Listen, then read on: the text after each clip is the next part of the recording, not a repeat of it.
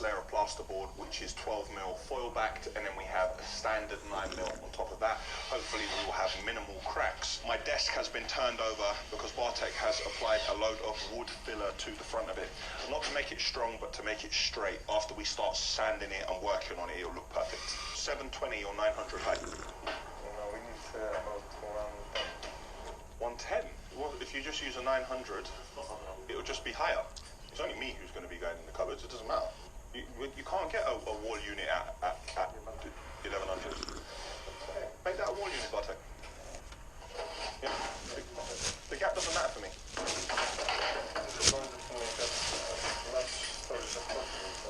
That's fine.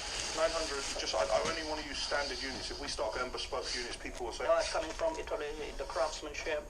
And then before you know it, I'm waiting 6 weeks for a cupboard. I don't have the energy for that. Yeah. Well, we can just make it. Yeah, but if you make it, then the door won't be the same. And nah, keep it simple, Bartosz. Thank you. Is this the screed? Addy's just doing a bit of maintenance on this volumetric.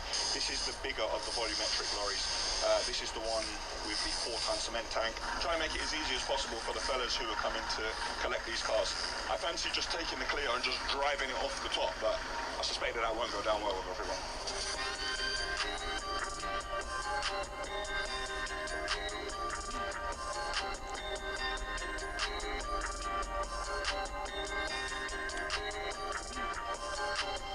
Not bad for a little 2.5-ton forklift.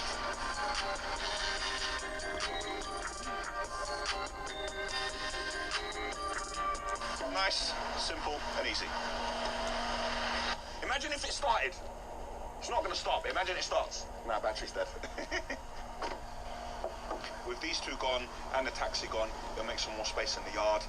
The people who work here come in on a daily basis and they need to park their cars and go about their business, and there's too much musical chairs and shuffling around. I can't park here, you can't park there, so let's just nip this in the bud. Sort it out once and for all so everyone can come to work and focus on work, including me. Remember last week, Patrick here, who's finished for the day, was in a grab lorry and I was saying, Smadici, Smadici. Am I making you late by standing around like this? I am, aren't I? Yes, Smadici. Smadici. And a couple of... my name, no? Yeah, we like his name. A couple of you in the comments said the way I treated him and the way I did this and the way I did that. Listen, man, stop all that nonsense. Patrick came here as a tipper driver. Now Patrick has learned to drive a grab. He drives a volumetric. How many years have you been here? 4.5. Yeah, 4.5, 5 years. Yes. Multiple family events that Patrick has had, he's invited me, so I know Patrick on a personal level as well as him working for me. So if I am saying Smadici, it's because I know him well enough to do it. It's not being rude or bullying him in the workplace, although I know people love to jump on it and say, I'm going to unsubscribe. You are bullying people in the workplace. Don't talk nonsense or try to find things wrong, because it is untrue. Patrick is perfectly happy at Asheville, and Patrick is treated well. Glad we cleared that up.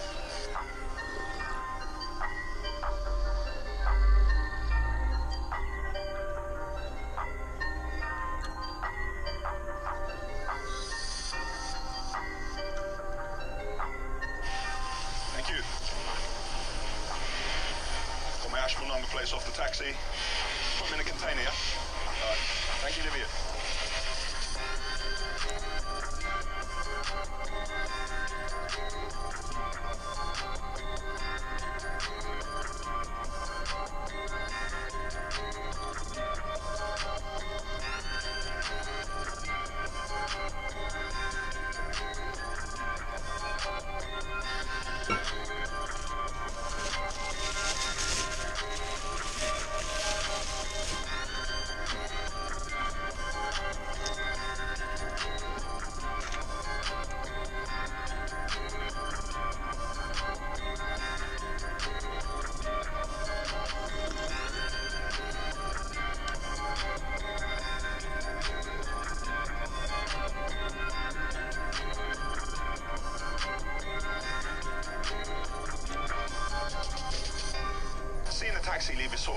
nearer. To be honest, I think we've got carried away a bit with Asheville Weekly.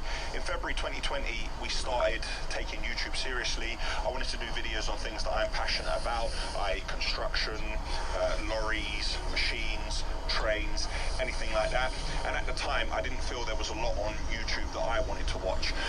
So we started on this journey, and when we did Day in a Life, the response that we got from Day in a Life was so great that we decided to step it up and create something on a weekly basis. That was 31 weeks ago. So yeah.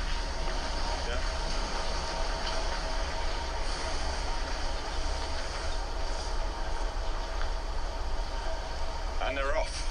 Doing Asheville Weekly, I've been through every emotion possible. It's also been a huge learning curve. There's been days when I've had fire in my belly, and there's been days where I've been sick with exhaustion, both mentally and physically, but I carried on. The point is, while doing all of this on Asheville Weekly, I haven't had a chance to put my time and resource into the videos that I did want to do when we started on the YouTube journey. I am not saying this is the last episode of Weekly. What I am saying is the last episode is imminent. I'm not saying that it will not be back in some capacity, but at this moment in time, I can no longer sacrifice my business and my physical or my mental health. I do not want sympathy before any of you say it, because I made my bed and I had to lie in it. It was my dead that I had to bury. But I can no longer do this in the way in which I've been doing it. I need a chance to step back and recalibrate. Now, having the pressure of delivering a feature film each Sunday, I realized that it was naive on my part to think that I could do this for the rest of my days till I was 80 years old or whatever it is. But doing this every week, I do know that I will be shortening my life. So comes a time when you have to say enough is enough. Without the pressure of having to deliver weekly, hopefully I can focus more on my business and my personal life and push forward, and now have more time and resource to put into the videos that I originally wanted to do. So guys, don't be mad at me. We are not quitting. We are evolving. And I suspect in your lives at some point, all of you have had to do that. It's my time to do that. And again, with that journey, hopefully I can take you on it with me. Click here for the Asheville website. Click here to subscribe to our channel. Click here for last week's episode, which was number 30, and click here to see a day of my life, which is on 1.8 million views. Just saying, if you haven't seen it already. Let's see how the copy.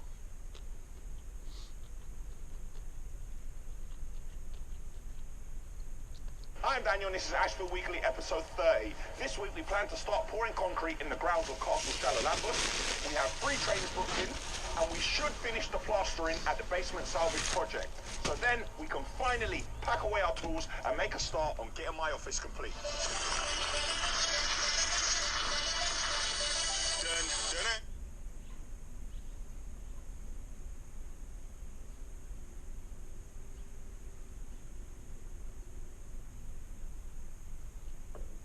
Answer става на 10 години. Специални лимитирани колекции от Guess и Hugo. Празнувайте с нас на Answer BG. Logan, I heard someone tell me the other day, they said that when Floyd got back from the event in Miami, that he was so mad, or so focused, whatever it is, he went straight to the gym. Any concern that you awakened this beast now? That was kind of... Let me make one thing clear. I didn't do shit. That's true. I didn't do anything. I didn't awaken shit. I have a younger brother. Who might have riled him up a little bit, you know. He's the problem child, and I don't think. To be honest with you, I'm not concerned about awakening a beast in Florida. He can't stop. You know, he's. Oh, is Jake right there? He got a hat. So he's been just collecting hats. You know, he got a hat collection now. I love the tattoo. I thought that the tattoo was in the airport, dude. Like, this kid, he's a genius. I'm gonna be honest. That was in the airport? Yes. Oh, thank you. That is so funny. He gave it back, but yeah, there you got. Yeah, but Did he get his hat back yet, or no? I know you said you're gonna. Did you give it back? He's still trying to get it back. He's still Get it back.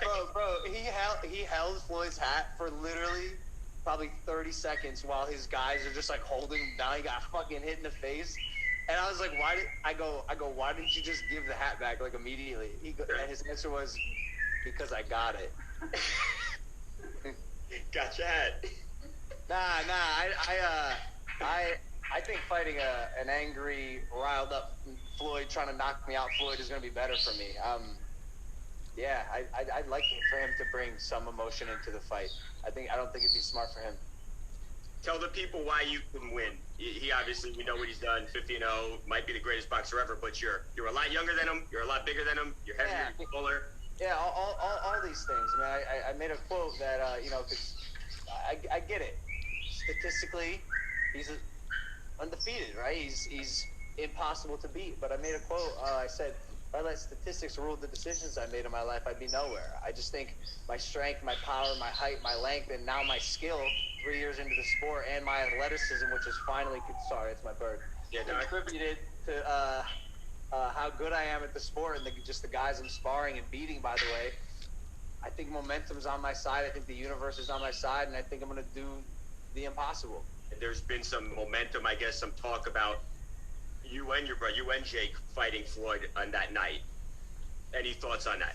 I think that'd be dumb. I don't think he's gonna be able to handle me alone. A, so why the fuck would he fight Jake? And then B, just on Floyd's side, you lose $100+ million by putting us on the same night. Like if he separated us, if he really wanted to fight both of us, he'd do it on separate nights. But I really don't think he's gonna be able to handle me alone, let alone fucking both of us. Right.